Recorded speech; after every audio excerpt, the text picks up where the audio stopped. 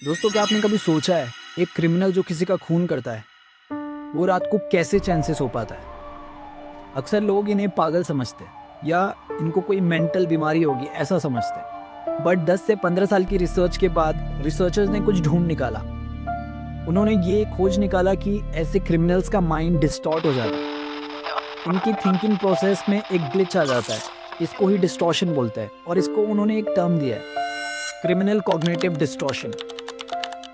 Samuel Yochelson and Stanton Samenow, ये दो researchers ने कंक्लूड किया कि ये जो क्रिमिनल्स होते हैं इनका दिमाग और इनकी डिसीजन मेकिंग नॉर्मल लोगों से बहुत ज़्यादा अलग होते हैं और ये क्राइम उनकी चॉइस होती है और उनके थॉट प्रोसेस से मेल खाती है, ना कि ये कोई बीमारी है। आज हम उन्हीं कॉग्निटिव एरर्स को अच्छे से समझेंगे जो दिमाग को डिस्टॉर्ट कर देते हैं, दिमाग को ख़राब कर देते हैं और इसी का सहारा लेके अक्सर क्रिमिनल्स खुद के बुरे कामों को जस्टिफाई करते हैं। तो मैं हूं Karan and you are watching Karan make sense. Let's break this down.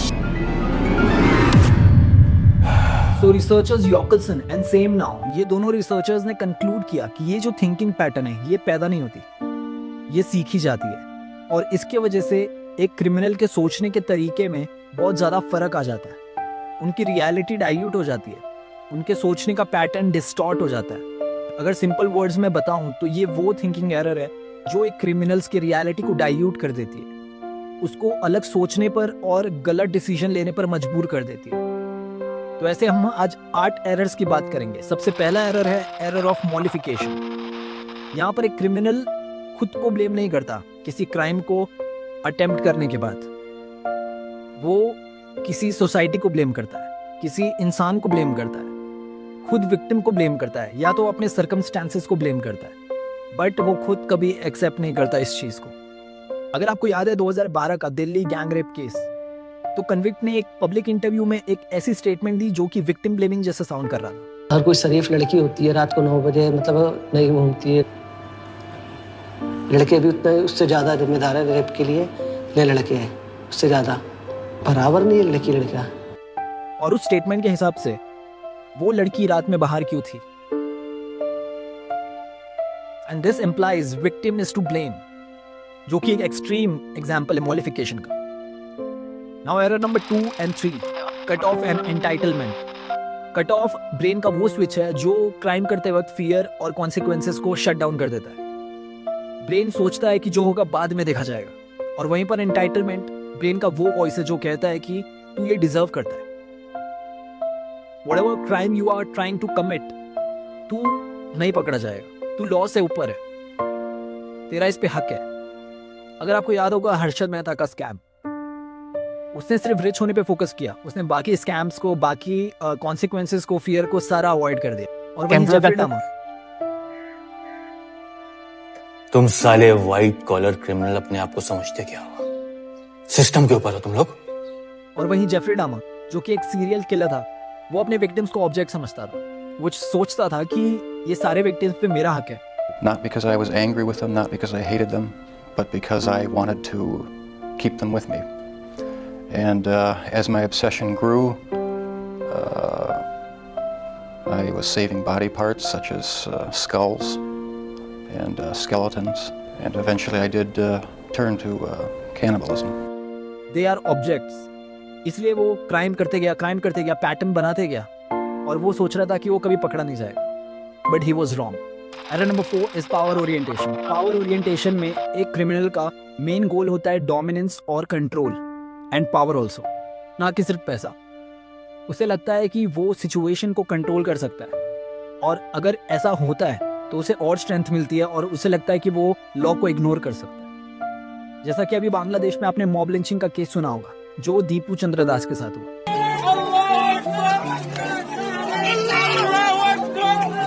अधमरी हालत में पड़े उस व्यक्ति के शरीर में कोई हरकत भी नहीं हो रही, लेकिन ये भीड़ तब भी नहीं रुकती। कोई पैरों से मार रहा है तो कोई उसके शरीर के ऊपर कूद रहा है। उसे तब तक पीटा गया जब तक उसकी जान नहीं चली गई। बुरी तरह से मार मार कर जान निकाल देने से भी जब मन नहीं भरा तो भीड़ ने बेरहमी की हदें पार कर दी। इसके बाद उसे एक पेड़ से लटकाकर जला दिया गया। वहां पर उनके ही कोवर्कर्स ने इंटरनल पॉलिटिक्स खेल के ऐसे सिचुएशन क्रिएट किया कि बाहर की भीड़ उसके खिलाफ हो गई और उसे बीच रास्ते पे मार दिया गया। Error number 5 is sentimentality. यहाँ पर एक क्रिमिनल अपने बुरे काम को छुपाने के लिए छोटे छोटे अच्छे काम को अपनी शील्ड बनाता है लोगों के सामने। जैसा कि अभी मालेगांव में एक रिसेंट हादसा हुआ था, माइनर रेप केस, 3 साल की बच्ची यादन्या का। A 3-year-old baby girl was raped and killed, brutally killed near her house. One of the person from the same village raped her. A construction worker, 24-year-old construction worker Vijay Sanjay Khairnar is the name of the prime accused. And a shocking incident is that the accused was also a member of the rescue operation. He was also pretending to be searching for the baby girl. He was trying to find that girl, that little girl. ऐसा नाटक कर रहा था कि मैं ढूंढ रहा हूँ बच्ची को पर मुझे भी नहीं मिल रही। And he was supporting police, but slowly and steadily सब कुछ खुला राज, सब पता पड़ा।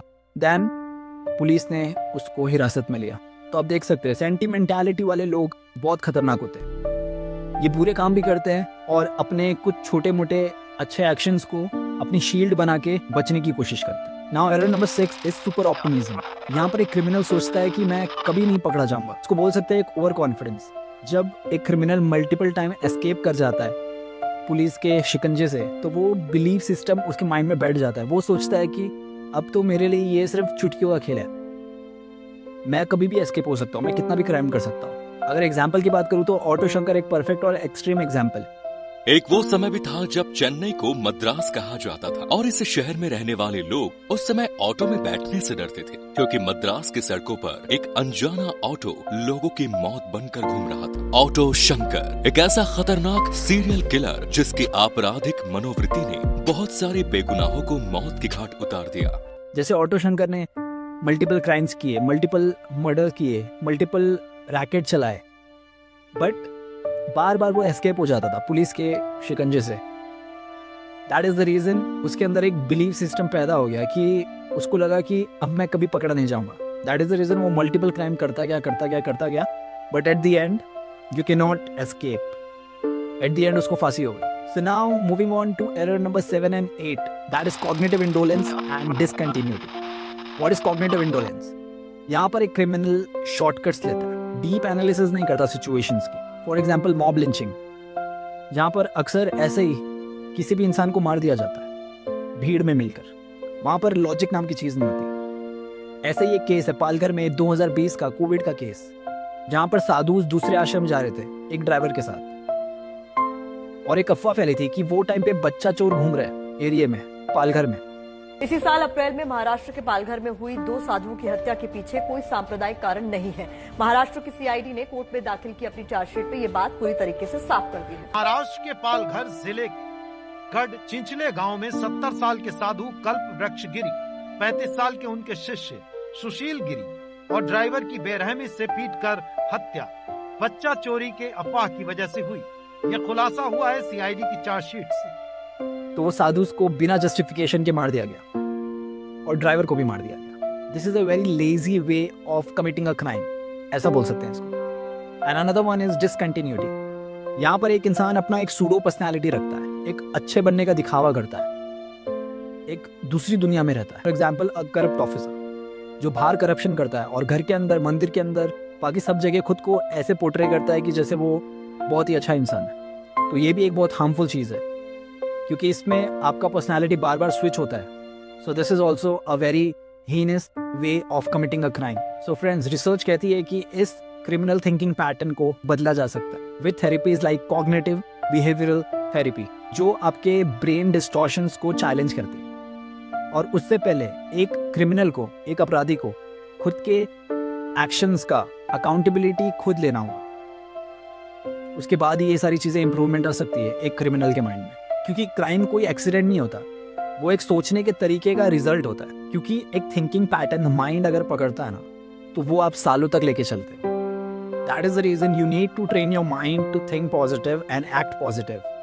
मन, कर्म और वचन आपका तीनों मैच करना चाहिए। तो ये वीडियो मैं अभी यहीं एंड करता हूँ। और अगर आप कभी न्यूज़ में किसी क्राइम के बारे में सुनो, तो आप इस पैटर्न को डिकोड करो।